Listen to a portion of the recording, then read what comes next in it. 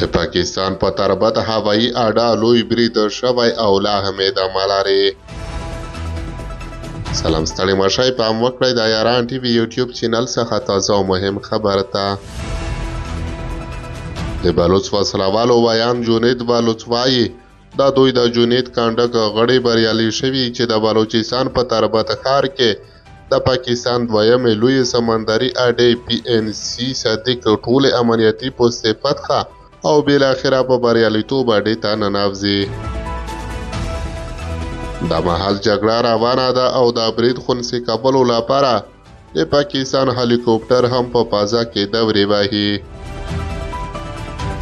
لومړني راپورونه وایي چې د دوی 4 تنه اډې ته په ننوتلو بریالي شوي دي.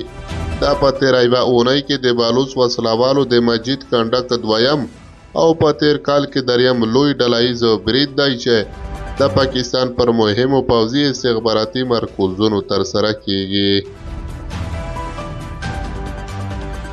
په تربت کې د پاکستان د سمندري ځواکونو په تر ټولو دویم لوی مرکز د نن شپې مارچ 25 تر برید وړاندې د مارچ پر 20 په ګوادر کې د ISI او MA پر کمپلیکس برید وکړ او تر هغه وړاندې د جنوري پر 29 د مچ ښار پر پوځي مرکز برید کړی و.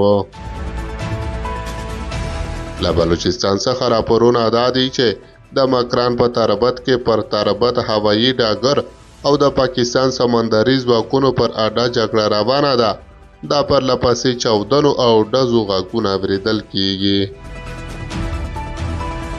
د سمندري ځواکونو په دې اډه کې د چین بې پایلوټه الوتکې هم دیره دي او پاکستان ترې د سیمې د څار لپاره استفاده کوي.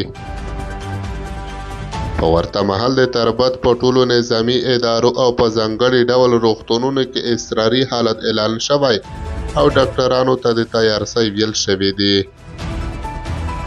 جګړه لا هم روانه ده. تازه هم د اوس د بلوچ وسلوالو د ځانمرګو فدایانو مجید کانډک د دغه برید مسؤلیت پر غاړه واخیست او وایي وسلوال یې هوایي ډګر ته داخل شوي دي.